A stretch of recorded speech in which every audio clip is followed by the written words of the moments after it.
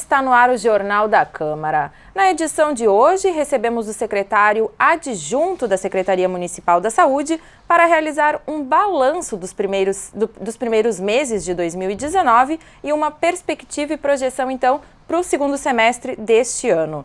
Natan Katz, seja muito bem-vindo ao Jornal da Câmara. Muito obrigado pelo convite. Começo de pronto já te perguntando sobre a questão da contratualização da gestão dos pronto-atendimentos da Bom Jesus e da Lomba do Pinheiro, que foram bem discutidos aqui no Legislativo e também na cidade, quando esse processo já começou há cerca de 3 meses, com o lançamento do edital. Como que ele se encontra agora e por que a Secretaria optou por esse modelo, então?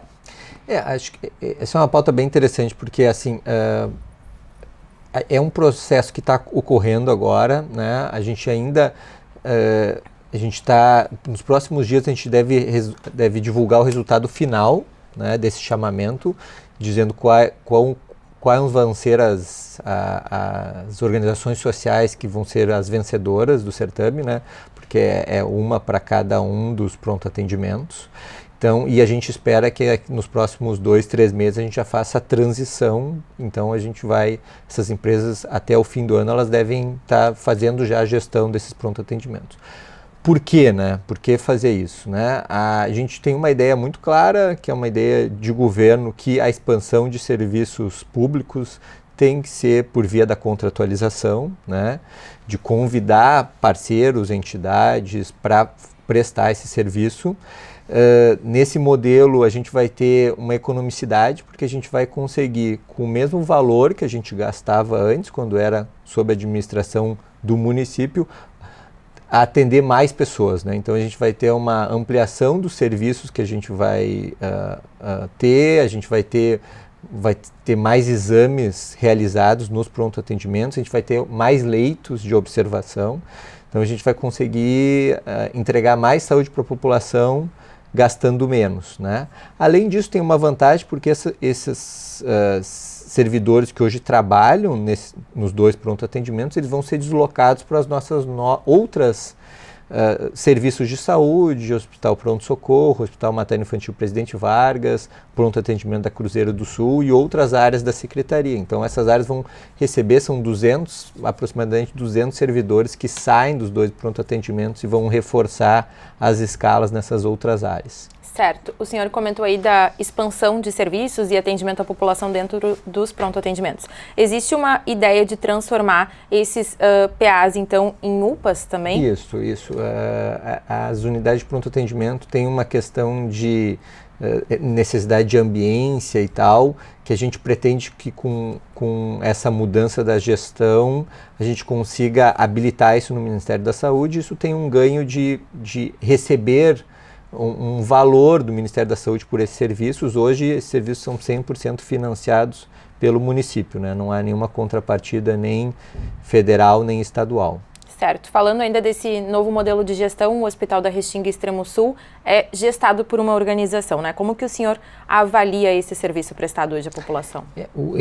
Esse modelo que a gente fez para o Hospital da Restinga é um modelo muito interessante, porque é um modelo que a gente montou com uma ideia de dar conta das nossas necessidades, né? Então, esse contrato que a gente tem no Hospital da Restinga, o que falta em saúde para as pessoas, e a partir disso montar essa carteira de serviços, né? Então a gente teve essa mudança. Ele era antes administrado pelo Hospital Moinhos de Vento, hoje é a Associação Hospitalar Vila Nova que faz, e com essa mudança a gente conseguiu abrir o bloco cirúrgico, que não estava aberto, abrir a UTI, né, que não estava aberta, a gente conseguiu ampliar a quantidade de atendimentos no pronto-atendimento que tem lá no Hospital da Restinga, né? A gente expandiu o número de leitos abertos, e vários dos serviços que tem hoje no Hospital da Restinga são serviços muito importantes, né?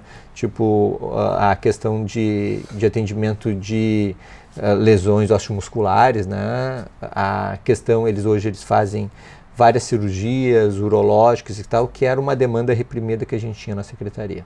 Certo, falando ainda de hospitais, no ano passado, né, foi inaugurado aqui no município o Hospital Santa Ana, que tem aí leitos de retaguarda, né? Aproveitando esse gancho, gostaria que o senhor falasse dos serviços que são ofertados e dessa questão dos leitos de retaguarda, a diferença que tem feito para o município de Porto Alegre. O Hospital Santa Ana é um outro modelo super interessante. De novo, nessa lógica de montar serviços que respondam às nossas necessidades, né? Então, a gente tinha alguns pacientes que a gente chama que são pacientes de longa permanência, né, que são pacientes que ficam um tempo mais longo no hospital.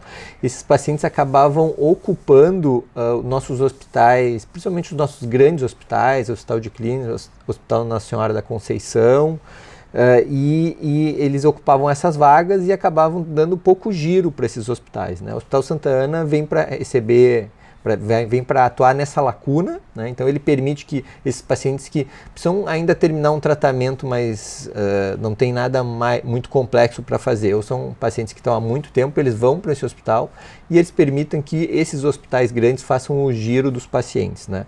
Além disso, ele tem uma área de saúde mental, né, que é uma área crítica para a cidade, então foram abertos novos leitos de saúde mental é muito interessante porque às vezes a gente consegue, inclusive, pacientes que estão na emergência dos hospitais e que é um local super difícil, né? A gente consegue deslocar esses pacientes para o Hospital Santa Ana como um hospital de retaguarda. Certo, o senhor colocou aí um assunto bem interessante, que é a questão da saúde mental. Hoje a gente tem centros, né, de atenção psicossocial aqui em Porto Alegre, tem o Hospital Santa Ana agora. Como que a Secretaria pretende ainda avançar nesse assunto frente a tanta demanda existente atualmente? A gente, nos últimos meses, a gente fez 2 grandes movimentos, né? A gente tem um movimento de abertura dos CAPs, né, do Centro de Atenção Psicossocial. A gente abriu 3 só esse ano, né, 3 novos.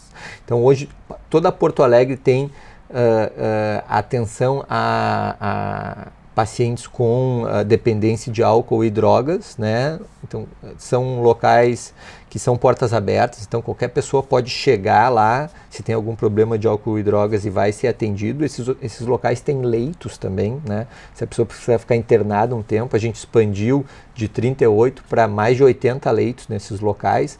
A gente abriu também o CAPS 4, que é um hospital, que é um centro que fica ali perto da rodoviária, que é um local que tem muita gente usando drogas naquela região. Esse local fica aberto 24 horas por dia para atendimento. Então, se a pessoa está com algum problema, às 3 da manhã, ela pode chegar lá que ela vai ser atendida, ela vai ser avaliada, né?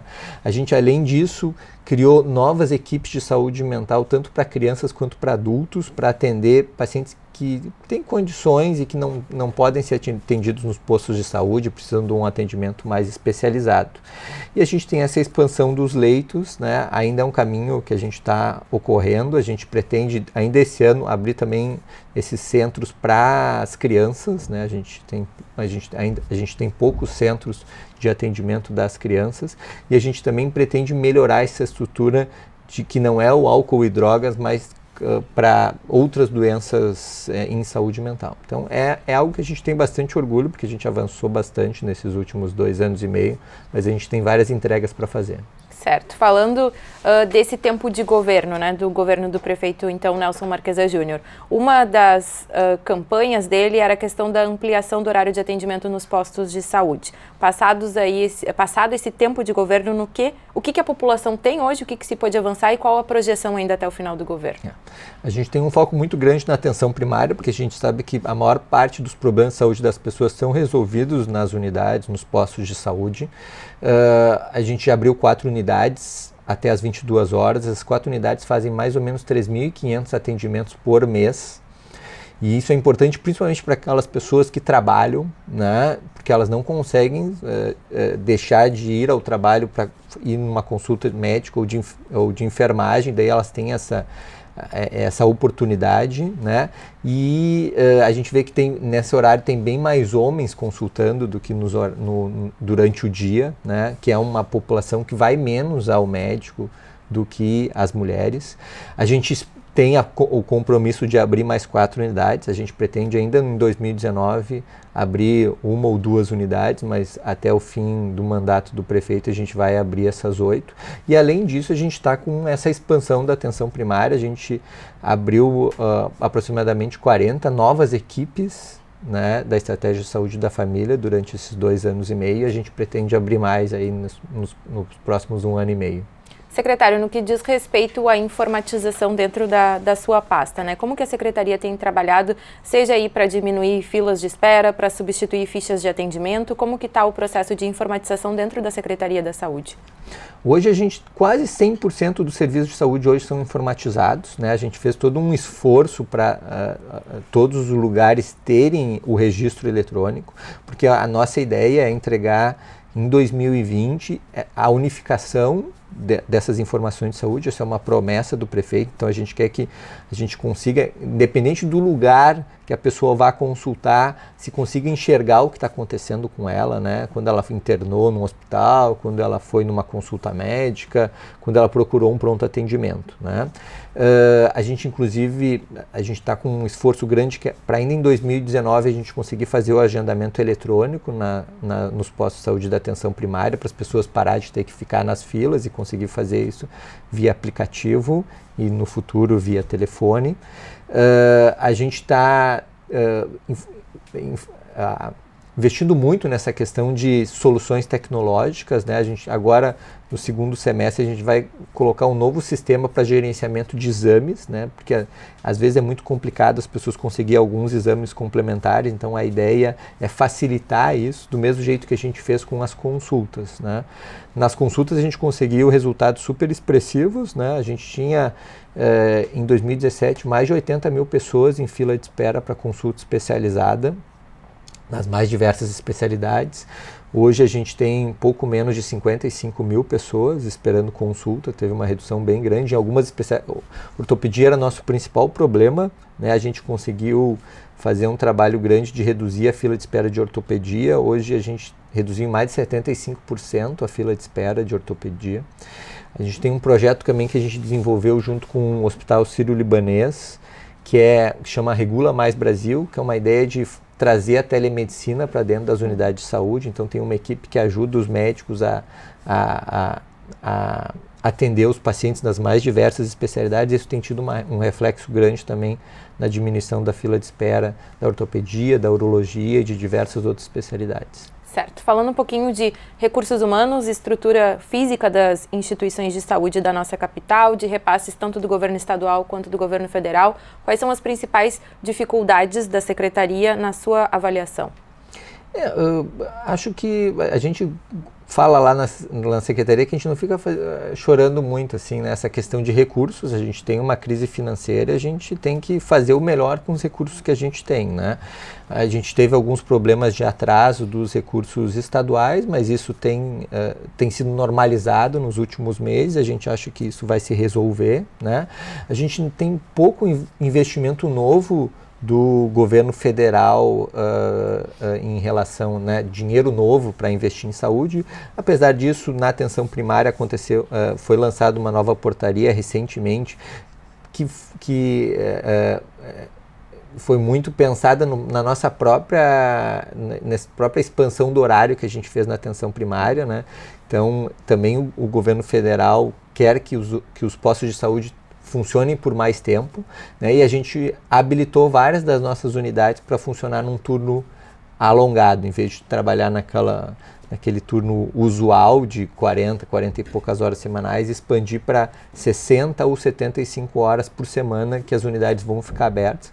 Então, isso é realmente recursos novos que devem chegar nos próximos meses, de uma ideia que começou aqui em Porto Alegre. Certo. Secretário, o senhor já fez algumas projeções aí para o segundo semestre? Teria mais alguma para destacar? Deixa eu pensar aqui. Eu acho que a gente, como eu disse, a gente vai operacionalizar a transição, né, dos 2 pronto atendimentos. Isso vai ser algo muito impactante, né? A gente está nessa função de informatização, a gente implantou um sistema de informatização também nas nossas farmácias. Então, hoje todo o estoque é gerido em tempo real e inclusive num projeto de lei aqui da Câmara a gente vai disponibilizar um sistema na internet de consulta dos medicamentos. Então, a própria pessoa, antes de ir na farmácia, ele vai poder ver se os medicamentos estão disponíveis lá para ele não perder a viagem, que foi uma ideia aqui da Câmara que a gente está implementando. A gente vai inaugurar outros locais de saúde mental, né, residenciais terapêuticos e novos centros de atenção psicossocial. A gente tem essa expansão da atenção primária que a gente vai continuar fazendo em 2019 e 2020. E acho que é isso. Tá certo, secretário. Gostaria de agradecer, então, a sua presença no Jornal da Câmara, desejar aí um ótimo trabalho nesse segundo semestre de 2019. Então tá bom, muito obrigado pelo convite. Obrigada. Eu gostaria também de agradecer a sua companhia aí de casa e o Jornal da Câmara de hoje fica por aqui. Até a nossa próxima edição.